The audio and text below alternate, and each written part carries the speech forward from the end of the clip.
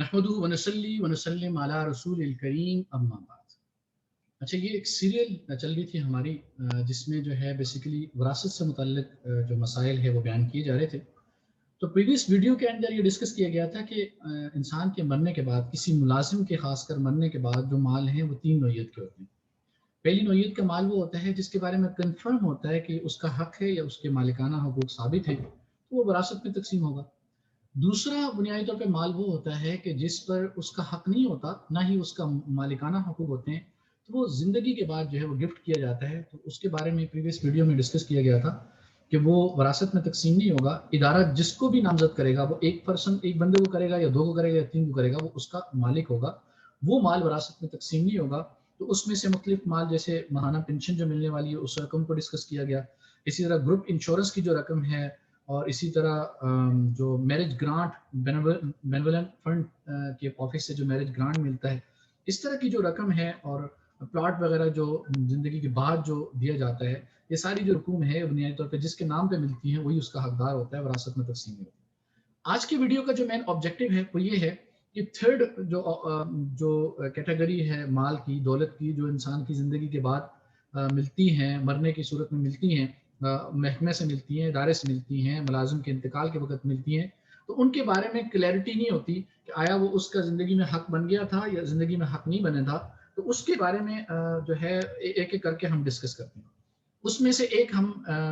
2 video पहले जो है डिस्कस कर चुके, तो उसके बारे में हमने क्या कहते हैं, प्रोविडेंट फंड को डिस्कस किया, उसके बारे में डिटेल्स बता दी थी। इसी तरह ग्रेजुटी के बारे में डिस्कस कर चुके हैं 2 वीडियो पहले। अब आज जो है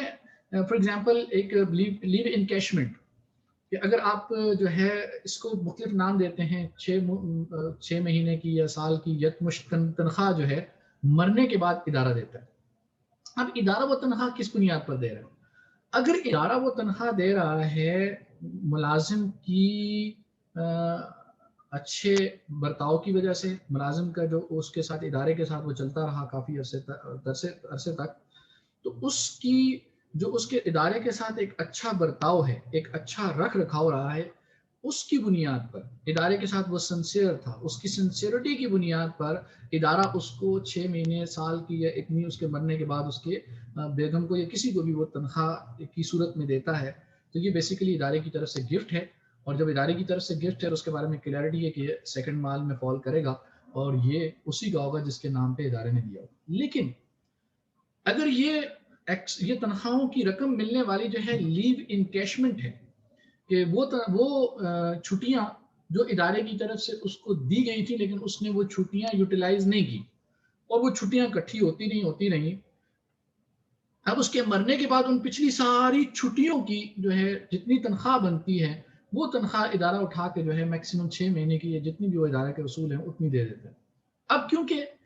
इस पैसे का वो हकदार बन गया था जिंदगी में, क्योंकि जिंदगी में वो छुट्टियां उसकी अगर इनकेशमेंट की सूरत में अगर वो कैश करवा सकता था, हकदार अगर इंतजामी तौर पे उसको नहीं दी जाती, लेकिन वो हकदार बन गया था। अब मरने के बाद अगर तनख्वाह इस बुनियाद पर दी जा रही है तो उस सूरत में ये जो है ये फर्स्ट वन जो माल है उसमें फॉल करेगी, और ये सारे शरीक वरासात में तकसीम होगी। इदारा चाहे एक बंदे को दे या 2 को दे या 3 को दे, उनकी रिस्पॉन्सिबिलिटी है कि जो भी शरीक वरासा हैं उन तक ये माल पहुंचाना उनकी जिम्मेदारी है।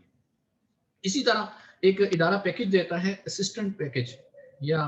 हेल्प का जो पैकेज देता है, तो उसके बारे में भी ये इदारों के रूल्स अलग अलग होते हैं, उसके प्रिंसिपल्स, उसकी टर्म्स एंड कंडीशन अलग अलग होती हैं। तो उन टर्म्स एंड कंडीशन के अकॉर्डिंग देखा जाएगा कि आया इदारा इसको बतौर गिफ्ट दे रहा है, ये इदारा जो है उसको गिफ्ट नहीं दे रहा। तो आमतौर पर जो मालूमात इसके बारे में है हमारे पास वो यही है कि इदारा उसके मरने के बाद बतौर अतिया उसकी फैमिली की को असिस्ट करने के लिए, उसकी फैमिली की हेल्प के लिए ये पैकेज देता है। तो इसलिए ये ज़िंदगी के बाद मालिक बनाया जा रहा है, इसलिए ये तरका नहीं होगा, ये उसी का होगा जिसको जो है इदारा देगा, इंस्टीट्यूशन इदारा जो है देगा, वो चाहे बेवा को दे या बेवा के साथ बच्चों को भी दे, जिसको भी देगा वो उसके मालिक होंगे, अतिया होगा। लेकिन अगर इसके अंदर टर्म्स एंड कंडीशन में कुछ चेंजेस आपको नजर आती हैं, आपने देखी हैं, तो उसके अकॉर्डिंग उसके फैसला आप कर सकते हैं। ग्रेजुटी की हम इसमें डिस्कस कर चुके हैं, आमतौर पर वो भी मिलती है। उसके बारे में भी इदारे के रूल्स जो हैं वो वेरी करते हैं। किसी इदारे में होता है वो गिफ्ट कंसिडर की जाती है, किसी इदारे में ज़िंदगी में हक उसका साबित हो जाता है, तो उसी के अकॉर्डिंग जो है वो फैसला किया जाएगा, या फर्स्ट में या सेकंड में हम उसको लेके जाएंगे। अच्छा, इसी तरह इदारा जो है 5 ईयर्स रेंट जो है 5 سال کا ہاؤس رینٹ جو ہے وہ ادارہ دیتا ہے۔ اب اس کے بارے میں بھی اصولوں کو دیکھا جائے تو ادارہ جو ہے، ادارے سے جو بندہ ہے وہ اپنی زندگی میں اس رقم کا مطالبہ نہیں کر سکتا، چاہے انتظامی طور پہ بھی اور حقیقی طور پہ بھی وہ زندگی میں اس رقم کا مطالبہ نہیں کر سکتا، بلکہ یہ اس کی فیملی کے ساتھ ہیلپ کے طور پر اس نام سے 5 ایئرز رینٹ کے نام سے اس کی فیملی کی ہیلپ کے لیے رقم دی جاتی ہے۔ تو اس لیے یہ رقم بھی عطیہ شمار ہوگی، گفٹ شمار ہوگی، یہ ترکے میں شمار نہیں ہوگی۔ ادارہ جس کا بھی نام لگا کے دے گا یہ سالڈ وہی آنر ہوں گے، اس کے علاوہ کسی کو اس رقم میں مطالبہ کرنے کی یا وراثت کے طور پر مطالبہ کرنے کا حق حاصل نہیں ہے۔ اسی طرح بینولن فنڈ کے آفس سے بعض اوقات جو ہے کفن کے پیسے اور کفن دفن کے پیسے ملتے ہیں۔ اب کفن دفن کے پیسے کیونکہ میت پر خرچ کرنے کے لیے ملے ہیں تو اس صورت میں حکم یہ ہے کہ اس کو کفن دفن پر خرچ کرنا چاہیے۔ لیکن اگر کسی نے فیملی ممبرز میں سے کفن دفن کی جو ارینجمنٹ جو ہے وہ اپنی طور سے کر دیے ہیں تو پھر اس صورت میں ادارے سے پوچھ کر جس کو بھی متعین کرے ادارہ اس کو یہ رقم دی جا سکتی ہے۔ یعنی اگر کسی نے اپنی طرف سے احسان کرتے ہوئے اپنے باپ کا، اپنے ملازم جو بھی انتقال ہو اس کے کفن دفن کا بندوبست کر دیا تو اس صورت میں اب یہ رقم جو ادارے سے مل رہی ہے ملنی تو ہے ہی ہے، اب ادارے سے پوچھ لیا جائے، ادارہ جس کو بھی نامزد کرے گا، بیوی کو، بچوں کو، جس کو نامزد کرے گا، کیونکہ یہ گفٹ ہے مرنے کے بعد مل رہا ہے تو وہ اس کا ہوگا۔ اصلاً یہ رقم کی استعمال کرنا چاہیے کفن دفن پہ، لیکن کفن دفن کسی نے اور نے ارینج کر دیا، اب یہ رقم بچ گئی ہے۔ اب رقم بچ گئی ہے تو ادارہ جس کو بھی نامنی کرے گا، جس کو بھی نامزد کرے گا تو یہ رقم اسی کی ہوگی، وراثت میں یہ تقسیم نہیں ہوگی۔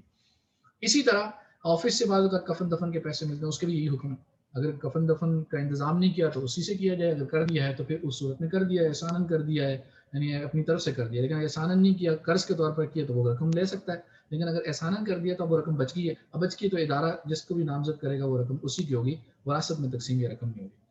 اسی طرح علاج پر، علاج چل رہا ہوتا ہے، علاج چل رہا ہوتا ہے، اب علاج چل رہا ہو گیا، اسی بیماری کے اندر ڈیتھ ہوگی، اب اس علاج پر آنے والا خرچ کی رقم بعض اوقات زندگی کے مرنے کے بعد ملتی ہے۔ اب ظاہر بات ہے کہ اس علاج کی رقم کا حقدار وہ ملازم زندگی میں ہو چکا تھا، لیکن انتظامی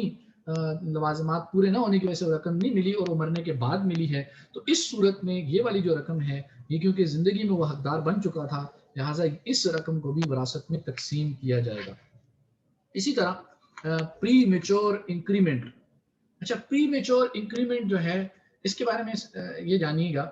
کہ جو انکریمنٹ لگتا ہے تنخواہ پہ وہ بنیادی طور پہ تنخواہ کا حصہ ہوتا ہے۔ اب یہ انکریمنٹ لگا ہے ملازم کے مرنے سے پہلے لگ چکا تھا لیکن ملا ملازم کے مرنے کے بعد ہے، تو کیونکہ یہ انکریمنٹ پہلے لگ چکا تھا لیکن اپروول اور وہ سارے قانونی جو طریقے ہیں اور قانونی جو پروسیجرز ہیں وہ ہوتے ہوتے ہوتے اس کے مرنے کے بعد ملا، اب کیونکہ وہ زندگی میں انکریمنٹ لگ گیا تھا، وہ اس کا حق بن چکا تھا، لہٰذا یہ انکریمنٹ جو ہے پری میچور انکریمنٹ جو ہے یہ اس کو اس کا حق ہے اور یہ وراثت میں تقسیم ہوگا۔ لیکن اگر قانون اس کے مرنے کے بعد جو ہے وہ پاس ہوا اور مرنے کے بعد پاس ہوئے قانون اور مرنے کے بعد یہ انکریمنٹ جو ہے اس کے حق میں لگایا گیا اور اس کو دیا گیا، تو کیونکہ یہ زندگی میں وہ حق اس کا ثابت نہیں ہوا تھا تو اس صورت میں پری میچور انکریمنٹ جو ہے مرنے کے بعد اس کا ان کے لیے اناؤنس کیا گیا ہے، مرنے کے بعد اس کو دیا گیا ہے، لہٰذا یہ گفٹ ہوگا اور جو بھی ادارہ جس کا بھی نام لگائے گا یہ اسی کا ہوگا اور وہ سالڈ آنر ہوگا اور کوئی اس کے وراثت کا حق کا دعویٰ نہیں کر سکتا کیونکہ یہ ادارے کی طرف سے گفٹ ہے۔ اسی طرح اگر مینومنٹ فنڈ اور پینشن وغیرہ کے جو بقایا جات ہیں تو اس گریجوٹی یا جس کے بھی جو ہے بقایا جات ہیں وہ بقایا جات کا حکم اسی کے اکارڈنگ ہوگا جس کے بقایا جات اس کو مل رہے ہیں۔ تو بہرحال یہ اوور آل جو رقوم ہیں اداروں سے ملتی ہیں ملازم کے مرنے کی صورت میں، تو اس کا میں نے ایک بنیادی جو حکم کو ایک بنیاد بنا کے سب کا حکم کوشش کی ہے اس کو کنوے کرنے کی، اللہ تعالیٰ عمل کرنے کی توفیق عطا فرمائے۔ سبحان ربک رب العزت عما یصفون وسلام علی المرسلین والحمد للہ رب العالمین۔ السلام علیکم ورحمۃ اللہ وبرکاتہ۔